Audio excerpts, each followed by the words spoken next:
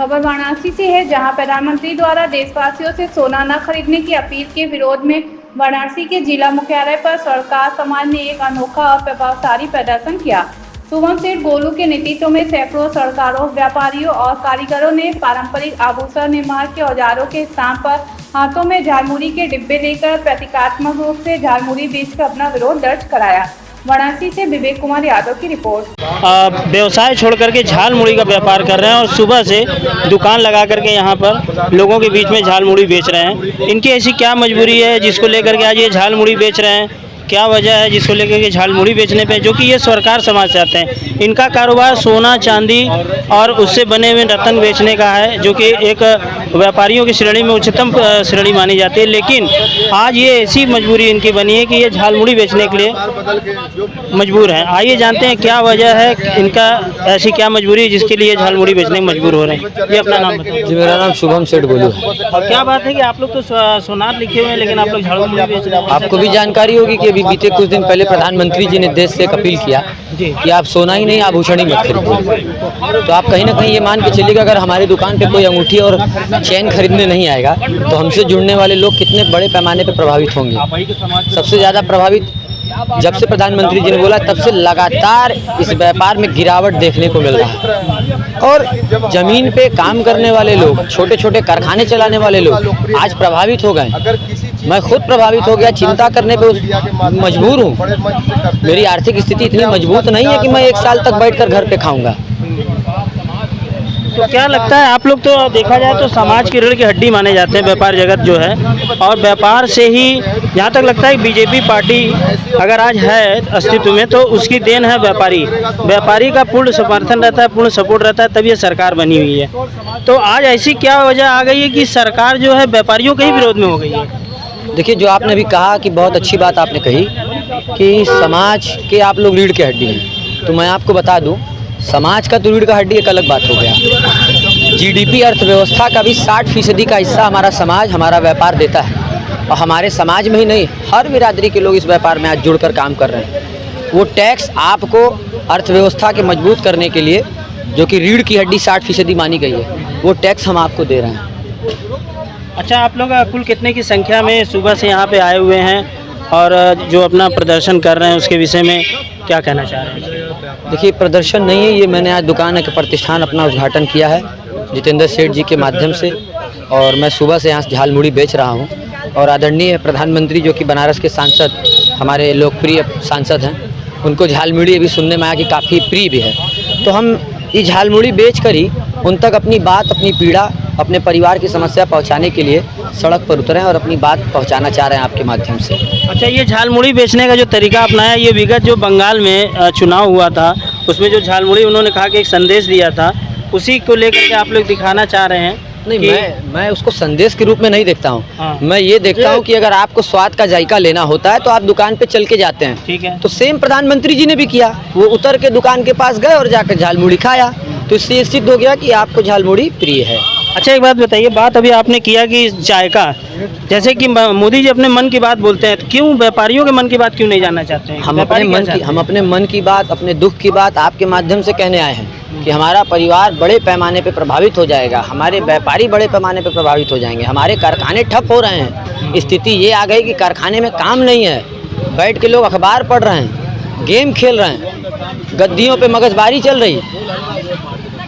तो क्या लगता है इस तरीके की जो फरमान दिया जा रहा है व्यापारियों के लिए, ये कहाँ तक सही है और कहाँ तक गलत है? अगर ये लंबे समय तक ये अपील बनी रहेगी, इसमें कोई संशोधन नहीं किया गया, तो आप इतना समझ लीजिएगा कि बहुत बड़ा संकट आएगा और जिस बीचधार में हम सब फंसे हैं, हम सब कहीं मरने के तादार पे पहुंच जाएंगे। तो ये थे हमारे साथ गोलू जी, जिन्होंने अपनी सारी बातों को बताया कि किस तरीके का हमारा यहाँ पे एक तरीके का प्रोटेस्ट नहीं है, बस खाली एक अपना एक विचार रख रहे हैं कि हमको। संघ का प्रदेश उपाध्यक्ष। जी, आप लोग सोनारी का काम करते हैं लेकिन झाल मुड़ी बेच रहे हैं, ऐसी क्या मजबूरी बनी है? मजबूरी का संदेश तो आप लोग को पहले ही मिल चुका था बंधु। हमारे देश के प्रधानमंत्री जी और बड़े मन से बोल रहे हैं कि 1 साल तक सोना न खरीदें। अगर हमारा सोना चांदी नहीं बिकेगा तो हमें दूसरा रास्ता, तो अब जीवन यापन करने के लिए दूसरा बिजनेस सोचना ही होगा। तो आज हमारे छोटे भाई शुभम सेठ ने झाल मुड़ी का दुकान आज ओपनिंग किया। उसी संदर्भ में हम लोग यहाँ से देश के प्रधानमंत्री जी को संदेश देने का कार्य किया। बात की जाए सोना चांदी खरीदने और न खरीदने की, देखा जाए तो इसमें छोटे से लेकर के मध्यम वर्ग से लेकर के कारीगर से लेकर के और जितने भी हैं उसमें कारीगर से लेकर सब जुड़े हुए हैं। तो अगर सोना चांदी बिक्री नहीं होगी, खरीद फरोख्त नहीं होगा, तो कहने का मतलब जो डिज़ाइन करने वाले जो कारीगर हैं उनका भी जीवन यापन करना भी तो दूभर हो जाएगा। भैया एक दूसरे से सबकी डोर जुड़ी है, होता ना एक माले में 108 दाने होते हैं, एक दूसरे का जुड़ा हर गट्ठी के साथ पड़ा हुआ है। कहीं गट्ठी के साथ में पड़ा है तो कहीं ना कहीं बनाने वाले से लेकर और बेचने वाले तक सबका इस वक्तव्य से सबका दोहन है और सबके जीविकोपार्जन पर प्रभाव पड़ रहा है। अच्छा, अगर इस संदेश को वापस नहीं लिया जाएगा तो आपका समाज आने वाले समय में क्या आगे कार्रवाई करेगा? इस पर कहीं कोई देश के प्रधानमंत्री जी का कोई वक्तव्य दोबारा नहीं आ रहा है तो इसका पूरे देश में हम स्वर्ण व्यवसायी विरोध करेंगे। तो ये थे हमारे साथ जिन्होंने बताया अपने विचारों को, और भी हमारे साथ समाज के लोग जुड़े हुए हैं। आइए जानते हैं कि उनका क्या कहना है इस विषय को। ये अपना परिचय बताएं। विष्णुदयाल सेठ।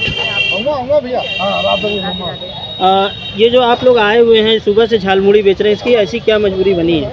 देखिए, हमारी मजबूरी ये है कि एक बड़ा तबका भूखमरी का शिकार होने वाला है। इस देश में माननीय प्रधानमंत्री जी के अपीलों का काफ़ी असर पड़ता है और काफ़ी असर पड़ेगा। हमारे समाज के लोग जेवर बनाने का काम करते हैं और जेवर बेच करके अपने जीविका पालन करते हैं। एक जेवर बनाने में मान लीजिए अगर एक अंगूठी आप बना रहे हैं तो एक अंगूठी बनाने में 10 हाथ से गुजरती है, तो उस अंगूठी अगर बिकता है तो 10 लोगों का पेट चलता है। माननीय प्रधानमंत्री जी ने ये मना किया है, ये कहा कि जेवर न खरीदे। अगर जेवर नहीं बिकेगा तो वो 10 लोग भूखे मरेंगे, और उस 10 लोग भूखे मरेंगे तो वो देश के ही नागरिक है, कहीं विदेश के नागरिक नहीं है। तो हम माननीय प्रधानमंत्री जी का ध्यान केंद्रित करने के लिए आपके माध्यम से संदेश देना चाहते हैं कि आप इस ओर भी ध्यान दीजिए और इस समाज को भूखमरी से, भूखों मरने से बचाने का काम करिए। अच्छा, ये जो उन्होंने संदेश दिया उस पर आप लोग एक रोष व्यक्त कर रहे हैं कि ये चीज़ गलत है। नहीं, गलत नहीं है। हम कह रहे हैं कि आप हमारे तरफ भी ध्यान दीजिए, हम लोग भी भूखे न मर पाएँ, क्योंकि हम भी इस देश के नागरिक हैं। उन्होंने तो साफ साफ स्पष्ट मना कर दिया ना कि सोना चांदी ना खरीदे। अगर आपको मना करना था तो जहाँ से आयात होता है वहाँ पे कंट्रोल करना चाहिए। वहाँ तो खरीद फरोख्त हो रही है, वहाँ खरीद फरोख्त हो रही है, यानी बड़ी पूंजीपति है तो वहाँ काम होगा, लेकिन जो छोटा कारीगर हो भूखे मर जाए। तो ये आपकी नीति है। इन चीज़ों को आप कहाँ तक सही पाते हैं और कहाँ तक गलत पाते हैं, अपने नज़रिए से बताइए। आप अपने नज़रिए से बताइए कि क्या वास्तव में ये सही है कि देश में निर्यात हो और कारीगर भूखों मरे, पूंजीपति और पूंजीपति हो जाए और लेबर क्लास आत्महत्या करे? ये उचित है? क्या ये लेबर क्लास इस देश में जीने योग्य नहीं है? बड़े उद्योगपति लगता नहीं है कि कहीं ना कहीं व्यापारियों को ही लगातार टारगेट किया जा रहा है और उन्हीं को ही दबाने का प्रयास किया जा रहा है? देखिए, हमें ऐसा लगता है कि इस देश में जब से भारतीय जनता पार्टी की सरकार बनी है तब से लेके आज तक इनका सिर्फ वादा रहा है देश से। देश को सिर्फ ठगने का काम किया गया। 15 लाख का जुमला था, 15 लाख खाते में आने का नहीं आया, आज तक नहीं आया। उसके बाद शिक्षा पे बात भी थी, 2 करोड़ रोजगार देने के लिए, 2 करोड़ रोजगार नहीं मिल पाया। आज तक जो बात हुई है सिर्फ हवाई बात हुई है, लेकिन अपील अगर प्रधानमंत्री जी अपील किए हैं तो जनता के कान तक गई है और जनता माना है। इसका जीता जागता उदाहरण है कि कोरोना काल में उन्होंने घंटा घड़ियाल बजवाया और पूरे पढ़े लिखे शिक्षित लोग घंटा घड़ियाल बजाएं, जबकि उन्हें मालूम है कि कोरोना घंटा बजाने से नहीं भागेगा। अपील जनता मानी है, इसलिए मानी है कि प्रधानमंत्री को बहुत प्यार करती है, और इस अपील को अगर प्रधानमंत्री के इस अपील को मान गई जनता तो एक समाज भूखों मर जाएगा, जिसका कोई दूसरा कार्य नहीं है। जो सिर्फ स्वर्ण व्यवसायी करता है, सराफे का काम करता है, वो भूखों मरने के कागार पर होगा। इन्हीं चंद शब्दों को लेकर के हम आपके माध्यम से संदेश भेजना चाहते हैं। तो ये थे हमारे साथ स्वर्णकार समाज के, जिन्होंने अपने दुख को, अपनी समस्याओं को और अपने आप बीती को अपने हिसाब से अपने शब्दों में बयान किया है, और इनकी आशा है कि आने वाले समय में सरकार इस पर ध्यान देगी और आगे स्वर्णकार समाज के लोगों के विषय में सोचने का काम करेगी। हमारे साथ कुछ और भी हैं, जानना चाहते हैं उनकी क्या राय है और उनकी क्या मांग है।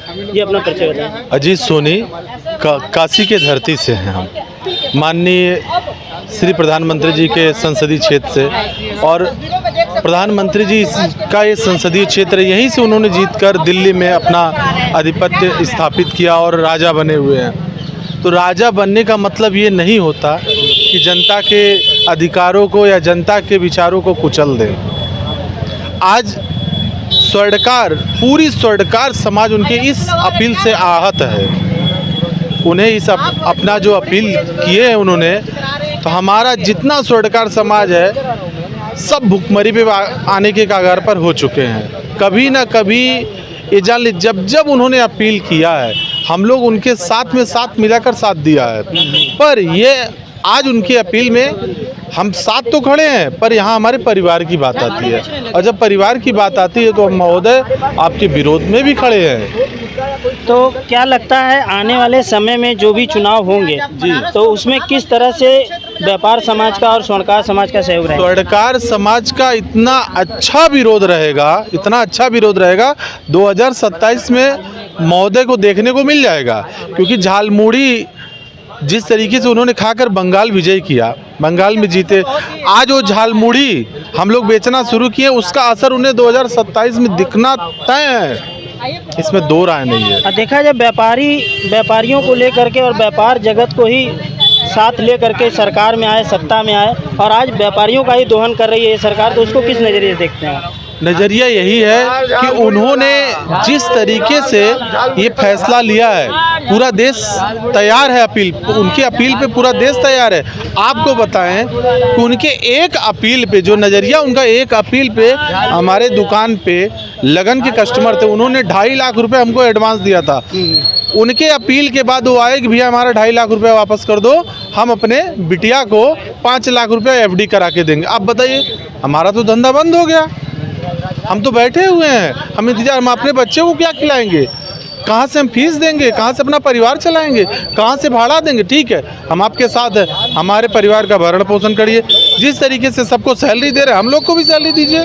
ठीक है, हम आपके साथ हैं, आप 1 कदम चल रहे हैं, हम 10 कदम चलेंगे, और साथ थे और साथ निभा रहे हैं। तो ये थे अजीत सोनी जी, जिन्होंने अपने बातों को अपने माध्यम से रखा, बताया कि किस तरह से हमारे व्यापार में घाटे पे घाटा होता जा रहा है। लोग ऑर्डर दे रहे हैं, ऑर्डर देने के बाद भी उससे निरस्त कर दे रहे हैं, और उनकी जो समस्या थी उन्होंने बताया कि ऑर्डर देने के बाद जो कस्टमर है वो वापस पैसे ले लिया और उन्होंने ऑर्डर कैंसिल कर दिया। हमारे साथ एक मैडम है, जानना चाहते हैं उनका क्या विचार है इस रोज़ को लेकर के प्रदर्शन। ये अपना नाम बताएं। मेरा नाम सुनीति सिंह है। क्या कहना चाहेंगे मैडम, जो आप लोग सोनारी का काम छोड़ के यहाँ झालमुड़ी का कारोबार कर रहे हैं?